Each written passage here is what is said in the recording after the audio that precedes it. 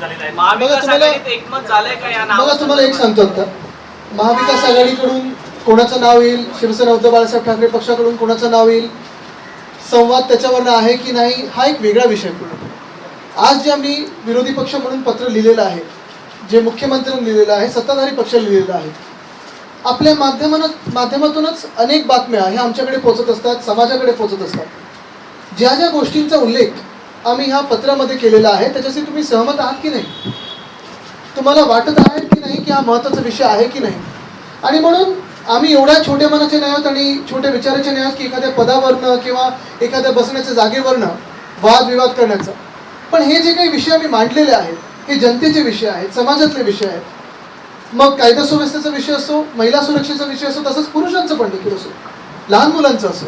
मग तुम्ही तसं पाहिलं तर शेतकऱ्यांचे विषय जे सोयाबीनचे असतील, कापसाचे असतील, आज अनेक विषय ह्या महाराष्ट्रात आहेत. अनेक मंत्र्यांना दोषी ठरवलेलं आहे. आकाकोंडपासून कोणाचं कन्व्हिक्शन झालेलं आहे.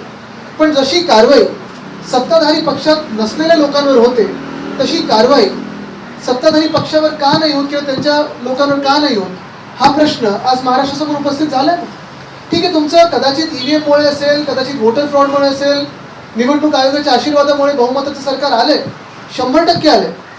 पण ज्या महाराष्ट्रातून तुम्ही निवडून आलात, ज्या महाराष्ट्राची सत्ता काबीज करून बसलेला आहात, त्याची कामं तुम्ही करणार आहात की नाही, जी वचनं तुमच्या जाहीरनाम्यात होती त्याची वचनपूर्ती करणार आहात की नाही. तसं पाहायला गेलं तर इथे लाडक्या बहिणींना वाढवून देणार होते, 2100 देणार होते, ते सुरू झाले की नाही अजूनही माहीत नाही. मी त्यावेळी देखील सांगितलं होतं की आम्ही तर वाढवून देणारच होतो, अधिकचं देणार होतो आणि महिला सुरक्षा देखील आम्ही इथे स्थापित करणार होतो. तोच कायदा, शक्ती कायदा, राष्ट्रपतींनी परत पाठवलेला. दिल्लीमध्ये 2500 देणार होते, पहिल्या कॅबिनेटमध्ये देणार होते, मंत्रिमंडळाची बैठक होऊन गेली. पण दिल्लीच्या मुख्यमंत्र्यांचं उत्तर तुम्ही पाहिलं की आमचं तर सरकार आलं, आम्ही जे पाहिजे ते करू, तुम्ही कोण प्रश्न विचारणार आहे. हे जे अरेरावी चालते, ही जी दादागिरी चालते, हे जे माज या सत्ताधारी पक्षाला आलेलं आहे, त्याच्यावर आम्ही प्रश्न उपस्थित करत आहोत. कुठेही कुठच्या पदाचा किंवा कुठच्याही जागेचा, खुर्चीचा इथे उल्लेख नाही आणि तो कधीच नसणार. ती पदं येत जात असतात. ठीक आहे, आज ते सत्तेत उद्या आम्ही असू, कदाचित उद्या त्यांचं भांडण विरोधी पक्ष नेत्यावरनं होईल. पण मुख्य गोष्ट हीच आहे की जसं आमच्या 3 पक्षांमध्ये आज पाहताय तर कोणाच्या घरी लग्न असेल, कोणाचं काही ट्रेन लेट झाले असेल, ते कोणी येऊ नाही शकले तर दुसरे कोणीतरी आलेत. पण जसं सत्ताधारी पक्षामध्ये पालकमंत्री नंतर मालकमंत्री कोण बनणार ह्याच्यावरनं भांडण आहे, बंगले कोणाचे कोणाला मिळणार ह्याच्यावरनं भांडण असतात. असं भांडण कोणामध्ये नाही. आम्ही जे लढत आहोत, जे झगडत आहोत, भांडण जे आमचं आहे सत्ताधारी पक्षाचं, ते या महाराष्ट्राच्या मातीसाठी. एकनाथ शिंदे आणि अमित शहा यांची भेट झाली आणि एकनाथ शिंदे आणि अमित शहाकडे देवेंद्र फडणवीसांची तक्रार केली, असं स्पष्टपणे काय संवाद झाला तो दिलेला आहे. आता काही गोष्टी आतून आम्हाला कळत असतात दोन्ही बाजून, तर कदाचित आलं असेल. काय सत्य काय त्या गोष्टी? बघा, मी तर हुडी घालून गेलो नव्हतो त्या बैठकीत. चर्चेतली चर्चा काय झाली? आमचं सगळं खुलं असतं.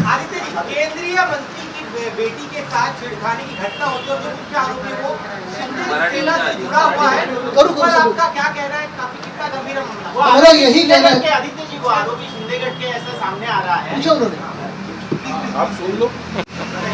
बात बहुत ही गंभीर हो. किसी भी राज्य में हो, किसी भी देश में हो, किसी भी शहर में हो, किसी भी जिले में हो, सुरक्षा, कायदा सुव्यवस्था, कायदा कानून, ये सबसे अहम चीज होती है. अगर कानून ठीक है, लोगों की सुरक्षा हो रही है, लोगों की हिफाजत हो रही है, तो सारी चीजें जो है वो चल सकती हैं. आज तकलीफ इस राज्य में यही है कि जब 2014 से भाजपा के हाथों ये सरकार गई, सत्ता गई है, और शायद ये कोइंसिडेंस की बात हो, पूरे लगभग 10 सालों में, हमारे 2.5 साल अगर आप छोड़ दें तो ये 10 सालों में, इन 10 सालों में होम मिनिस्टर एक ही व्यक्ति रही है. काफी बार हाउस में हो, सदन में हो या बाहर भी हो, सारे सदस्यों ने इस पे शंका उपस्थित की है, आपत्ति जताई है. और न सिर्फ एक ही तरफ की सदस्य ने, दोनों तरफ की सदस्य, फिर वो भाजपा के सदस्य हो, विरोधी पक्ष के सदस्य हो. लेकिन तकलीफ की बात यही है कि पुलिस के हाथ बंधे हुए हैं. जैसे अगर आप देखें तो इस सरकार में भी 1-2 मंत्री हैं जिन पे आरोप हुआ है, मर्डर का हुआ है, किडनैपिंग का हुआ है, किसी पे कन्विक्शन हुआ है, किसी पे कोई सवाल उठा रहा है, खुद के दल के लोग पूछ रहे हैं कि इन पे कब कार्रवाई होगी. लेकिन बात तो कहीं नहीं जा रही. और रही बात अगर शिंदे के दल की, चोरों के दल के बारे में क्या करें, सारे गुनेगार चोर एक ही दल में हो तो दलदली होगी और क्या होगा उसमें. लेकिन इसको भी आगे लेके जाते वक्त कार्रवाई क्या होगी, जो राज्य को अपेक्षित है, जो जनता को अपेक्षित है, वैसे कार्रवाई होगी, या जो भारतीय जनता पार्टी को कार्रवाई है कि पार्टी में आ जाओ, वॉशिंग मशीन में आ जाएंगे, वो कार्रवाई होगी, वो अभी पूरा देश देख रहा है। आदित्यजी मात्र रक्षा खडसे या स्वतः केंद्रीय मंत्री आहेत, त्यांना पोलीस स्टेशनला जावं बघा, मी तुम्हाला एक सांगतो, लागते. केंद्रीय मंत्री असो किंवा नसो, त्या महिला असो किंवा पुरुष असो, या राज्याच्या, या देशाचे नागरिक म्हणून कोणाचीही छेडछाड होणं, कोणाबरोबर असं होणं हा गुन्हा आहेच, दुर्दैवी आहे. आपल्याला आठवत असेल, सुप्रियाताई असतील, त्यांना शिवीगाळ करणारे मंत्री म्हणून बसवले गेले होते, शिवीगाळ केल्यानंतर त्यांना प्रमोशन दिलं गेलं. तसंच अनेक लोक आता या कॅबिनेटमध्ये, या मंत्रिमंडळात ज्यांना मांडी लावून बसतात आहे, त्यांच्यावर तर अनेक आरोप झाले ना. कोणावर दाऊदचा पार्टनर म्हणून आरोप झाला होता, कोणाला इक्बाल मिर्चीचा पार्टनर म्हणून आरोप झाला होता. आता तर अक्का कोण आहे त्याच्यावर मर्डरचा आरोप होतोय, कोणावर किडनॅपिंगचा आरोप होतोय, कोणावर सरकारी घरं ढापण्याचा आरोप होतोय.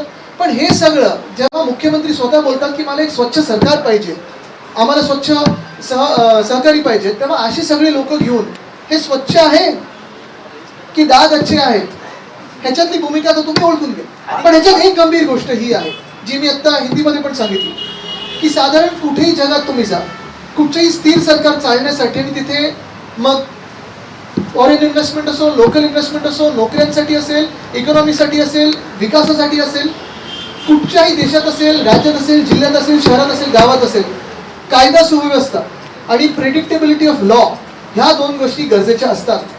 तुमचं जगात कुठचंही प्रगत देश घ्या, त्यांचं डिफेन्सचं बजेट आणि पोलिसिंगचं बजेट हे सगळ्यात जास्ती असतं.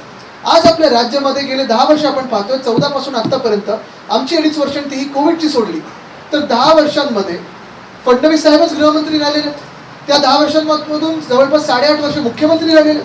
आणि हाऊसमध्ये जेव्हा आम्ही बघतो, आता नागपूरमध्ये पण आपण पाहिलं असेल, आता पण आपण पाहत आलेलो आहे की दोन्ही बाजूच्या सदस्यांकडून कायदा सुव्यवस्थेचं जे भाषण होतं त्याच्यात अनेक गोष्टींचा उल्लेख होतो, उत्तरं थातूपातून दिली जातात, पण पुढे कारवाई झालेली दिसत नाही. का हात बांधलेले आहेत पोलिसांच्या हातात जर तुम्ही ताकद दिली, हात मोकळे केले, तर बरोबर पोलीस ह्या गुन्हेगारांना जिथे लाईनवर आणायचे तिथे आणतील, बर्फाच्या लादीवर झोपवतील. पण कोणीतरी आपल्या पक्षात येऊ शकतो का, आपल्या पक्षात नेता बनू शकतो का, एखादा जिल्हा आपल्या बाजूने आणू शकतो का, ह्या विचारातून जे घाणेरडं राजकारण होत आहे, ते राजकारण आता असं वळण घेत आहे की केंद्रीय मंत्र्याच्या देखील मुलीला सोडलं जात नाहीये. अतिशय दुर्दैवी आहे की महाराष्ट्र राज्यात अशा घटना घडायला लागल्या, जे सामान्य नागरिकाबरोबर घडत होत्या, त्याच मंत्र्यांच्या मुलींबरोबर होत्या.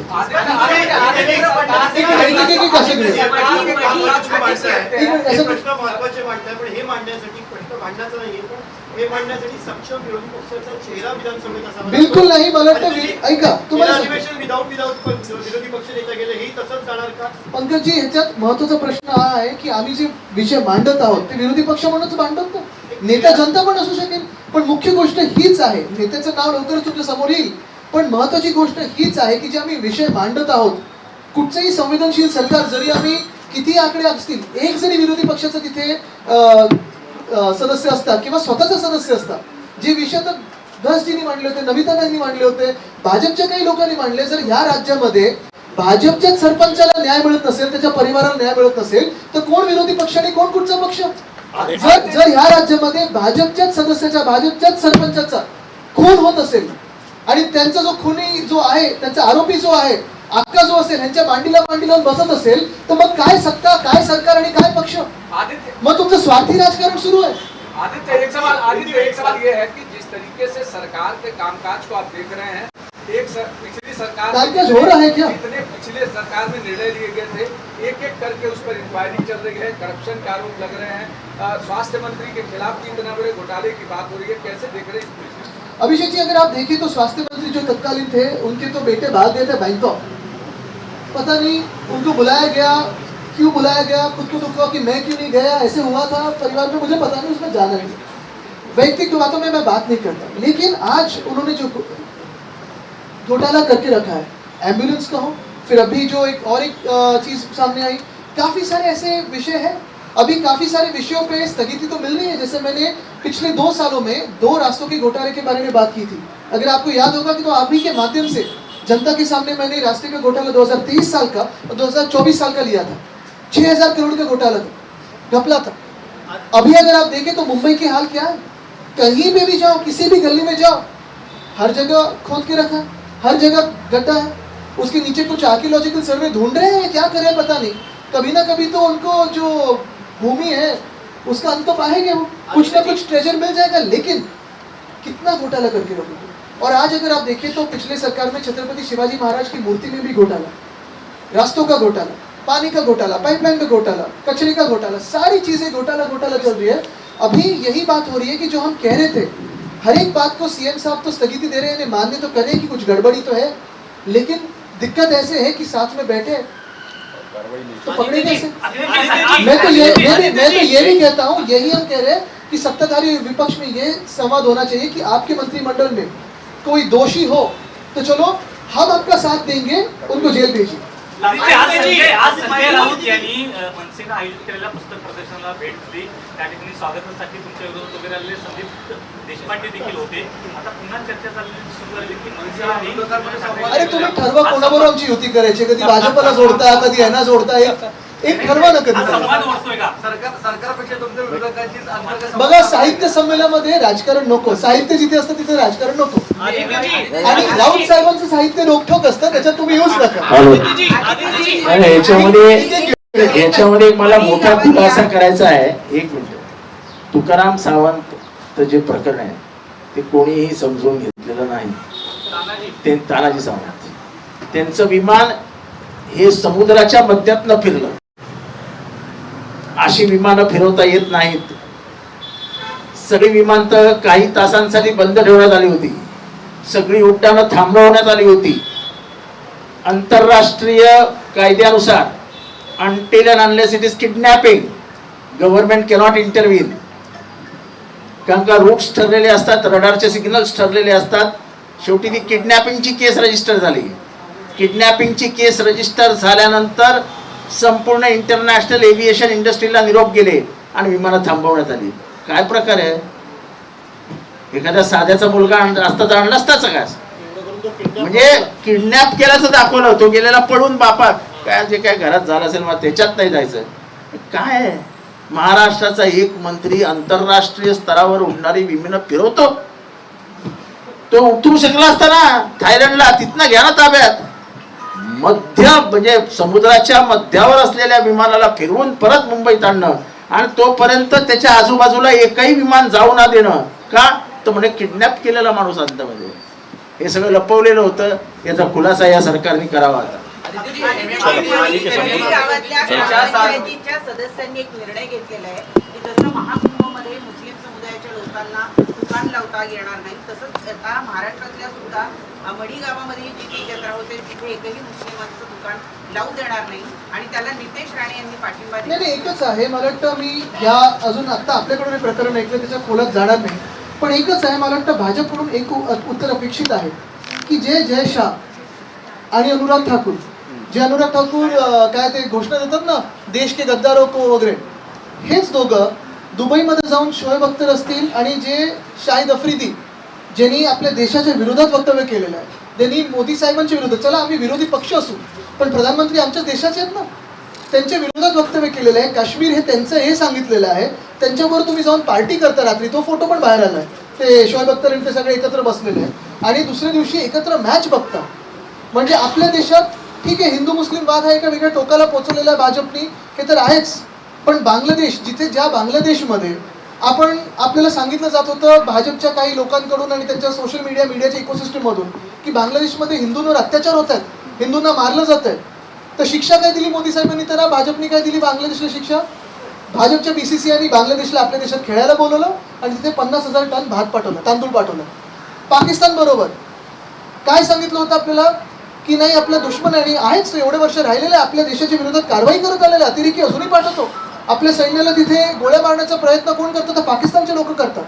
आणि त्याच पाकिस्तानमध्ये, चला मी सांगत नाही की सगळ्यांबरोबर दुश्मनी असेल तुमची, पण जी व्यक्ती शाहिद अफ्रिदी ज्यांनी प्रधानमंत्र्यांच्या विरोधात वक्तव्य केलेलं आहे, हिंदुस्थानच्या विरोधात वक्तव्य केलेलं आहे, त्यांनी देशाच्या विरोधात वक्तव्य केलेलं आहे, त्याच्याबरोबर तुम्ही पार्टी करता, मॅच बघता, तर पहिला हा सवाल भाजपच्याच नेत्यांनी, भाजपच्या ह्या दोन नेत्यांना विचारणं गरजेचं आहे. महाराष्ट्र के एक मंत्री हैं आदित्य जी, नितेश राणे, उनका कहना है कि मड़ीगांव में हिंदी में जाना चाहिए। ऐसे मुसलमानों का बाइकआउट मैं आपको मेरी भूमिका पता है।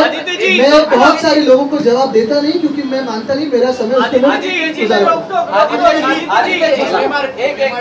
MMRDचा महत्वाचा विषय आहे। HSRT वारंवार तुम्ही आरोप करत असता, परंतु मेट्रोमध्ये कुठेतरी घोटाळा आहे आणि त्या कंपनीने लेटर देखील लिहिलं होतं त्यावर हा महत्वाचा विषय आपण घेतलेला आहे, मला अपेक्षित होता। आपल्याला आठवत असेल MMRDचे 2-3 विषय मी मागच्या वर्षी देखील घेतले होते। पहिला विषय होता तो मेट्रोच्या पेंटिंगचा होता। अजूनही तुम्ही पहा जिथे जिथे पिलर रंगवलेले आहेत, गर्डर लागले नाहीत वरती, पण पिलरची रंगरंगोटी झालेली आहे। जवळपास 74 कोटी त्या कामातून त्यांनी काढलेले आहेत। निवडणुकीच्या 2 दिवस आधी मी हा विषय घेतला होता, पेपरमध्ये देखील आला, पण पुढे कारवाई आता मी मुख्यमंत्र्यांना पत्र लिहिणार आहे की ज्यात सखोल चौकशी झाली पाहिजे की हा पैसा कोणी काढला, रंगरंगोटीचे आदेश कोणी दिले, जे काम पूर्णच नाही झालंय त्याची रंगरंगोटी करताना परत तो रंग बदलता तुम्ही आणि दुसरा रंग लावता, त्याच्यात 74 कोटी काढता। तसंच आपल्याला आठवत असेल ते टेंडर देखील एक 20 दिवसाचं काढलं होतं, 16,000 कोटीचं टेंडर 20 दिवसात। ते कोणी कोर्टात गेलं आणि कोर्टाने सांगितलं की 60 दिवसाचं टेंडर असायला पाहिजे, म्हणजे मी जे बोलत होतो ते खरं होतं। आणि तिसरी गोष्ट म्हणजे सिस्ट्रासारखी जेव्हा मोठी कंपनी, सिस्ट्राने हे पत्र लिहिलेलं नाहीये, ते पत्र मी पाहिलंय। हे पत्र फ्रान्सच्या एम्बसीने लिहिलेलं आहे, त्यांच्या देशदूतांनी लिहिलेलं आहे। ज्या फ्रान्समध्ये मोदी साहेब जातात, ज्या फ्रान्सकडून आपण रफेल घेतो, ज्या फ्रान्सच्या राष्ट्राध्यक्षांसोबत आपल्या प्रधानमंत्री महोदयांची मैत्री, आणि चांगली गोष्ट आहे की 2 देशांमध्ये ही जवळीक निर्माण झाली पाहिजे, आम्ही पण त्याच भूमिकेचे आहोत। पण ह्या मैत्रीमध्ये खडा कोण टाकतंय, तर ह्या राज्य सरकारमध्ये असलेले काही ठराविक नेते असतील, मंत्री असतील, त्यांचे फिक्सर असतील, त्यांचे दलाल असतील। कारण सिस्ट्रा ही कंपनी जेव्हा फडणवीस साहेबांनी 10 वर्षापूर्वीपासून कुठे कुठे खोदकामं सुरू केली आमच्या शहरामध्ये, अनेक ठिकाणी मेट्रोची जी कामं आहेत 10 वर्षापासून, जी 2014-15 पासून जी सुरू झाली आहेत, 10 वर्ष ते 11 वर्ष सिस्ट्रा कंपनी ही आमच्याही काळात होती, त्यांच्याही काळात होती, तेव्हापासून काम करते। म्हणजे याच्यातून 2 आहेत। जर MMRD सांगत असेल की सिस्ट्राचं काम चुकीचं आहे, म्हणजे पहिली गोष्ट म्हणजे सगळ्या मेट्रो लाईन चुकल्या आहेत का? कारण कन्सल्टंट इलेक्ट्रिक पासून, ट्रॅक पासून, बोगी पासून सगळं काही कन्सल्टंट ही सिस्ट्रा आहे। म्हणजे एक MMRD मान्य करते की सिस्ट्राने सगळं मेट्रोचं काम बोगस केलंय, अन्यथा सिस्ट्राने सांगावं किंवा MMRDने सांगावं की पैसे कोण मागते।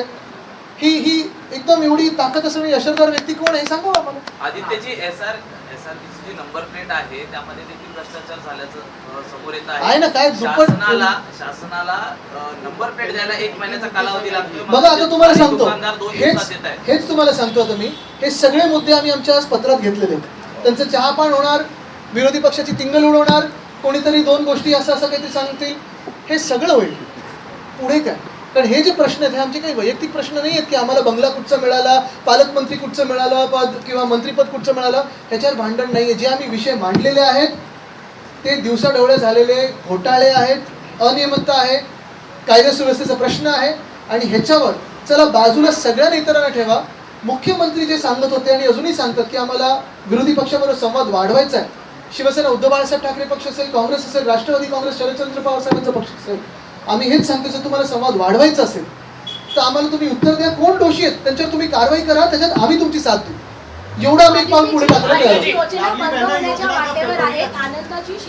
आनंदाची शिदा ही बंद झालेली आहे। आपल्याला आठवत असेल अंड हे बंद झालं होतं, खीर बंद झाली होती, आम्ही हंगामा केल्यानंतर सुरू केलं वाटतं परत। पण अजून एक महत्वाचं म्हणजे तुम्हाला आजच सांगतो, हळूहळू हे लाडक्या बहिणीतल्या बहिणी कमी करत चाललेत। महापालिकेच्या निवडणुकीनंतर भाजपा एक तर कोर्टात जाऊन असेल किंवा स्वतः असेल सांगतील पैसे नाहीत आणि लाडकी बहीण योजना ही भाजपा बंद करेल, हे तुम्हाला आज सांगतो।